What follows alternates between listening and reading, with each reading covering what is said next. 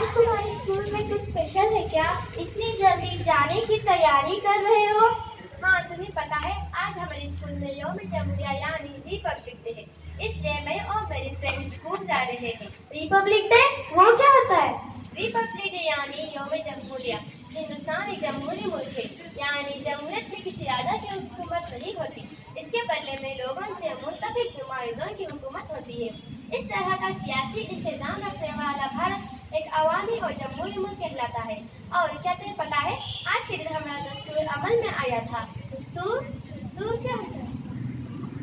کسی بھی ملک کے اپنائے گئے بنیادی قوانین کو دستور کہتے ہیں۔ یہ حکومت کے رہنمائی اصول اور قوانین کو واضح کرتا ہے۔ دستور میں عوام کے حقوق فرائض کا ذکر بھی ہوتا ہے۔ دستور حکومت کے لیے رہنمائی کا کام کرتا ہے۔ دستور کی کوئی بھی خلاف ورزی نہیں کر سکتا۔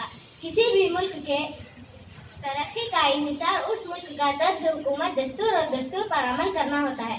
ملک کا دستور جس قدر پائیدار ہوگا، اس ملک کی ترقی کی راہیں بھی اسی قدر مضبوط ہوگی۔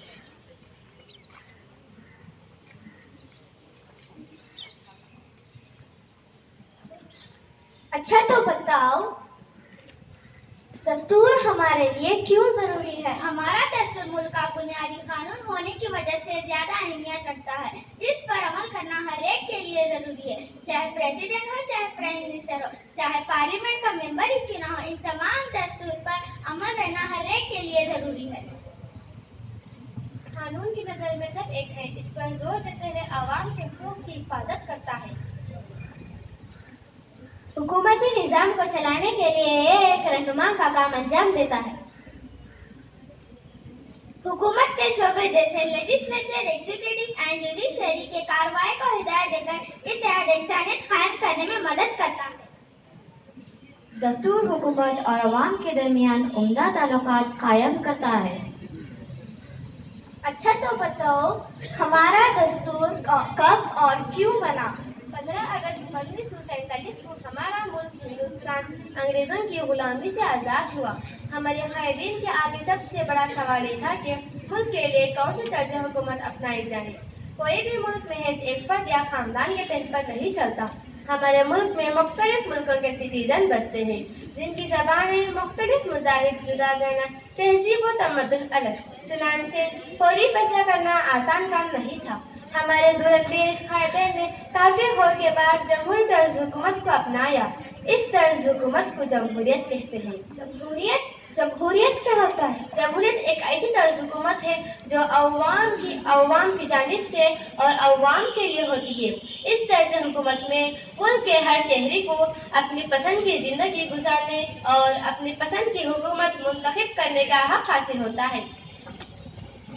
اس کے لیے چند اصول، قاعدے اور قوانین کی ضرورت ہوتی ہے۔ یہ قاعدے اور قوانین دستور میں درج کیے جاتے ہیں، لہذا ہر ملک اپنا ایک خاص دستور اختیار کرتا ہے۔ دستور ایک بنیادی قانون دستاویز ہے جس کے مطابق کسی بھی ملک کا حکومت کام کرتی ہے، یعنی دستور ملک کا قانون ہوتا ہے۔ اور اچھا، تم نے ٹھیک کہا۔ اور ہاں، آزادی کے بعد دستور ہند کی ترتیب کے لیے دستور ساز مجلس یعنی کانسٹیٹیوئنٹ اسمبلی بنائی گئی۔ ڈاکٹر راجندر پرساد اس میٹنگ کے پریزیڈنٹ اور ڈاکٹر بھیم راؤ امبیڈکر مسودہ میٹنگ یعنی ڈرافٹنگ کمیٹی کے چیئرمین بنے۔ اس میٹنگ میں کئی ممبرز تھے۔ جولائی 1946 کو دستور ساز مجلس یعنی کانسٹیٹیوئنٹ اسمبلی کی پہلی میٹنگ دلی میں ہوئی۔ 26 نومبر 1949 کو دستور کا مسودہ مکمل کر لیا۔ 26 جنوری 1950 کو دستور ہند عمل میں آیا اور ہندوستان میں ایک نئے دور کا آغاز ہوا۔ بطور یادگار اس دن یعنی 26 جنوری کو یوم جمہوریہ یعنی ریپبلک ڈے کے نام سے قومی تہوار منایا جاتا ہے۔ دستور ہند ساری دنیا سے سب سے بڑا تحریری دستور ہے۔ دستور ہند ساری دنیا کا سب سے بڑا دستور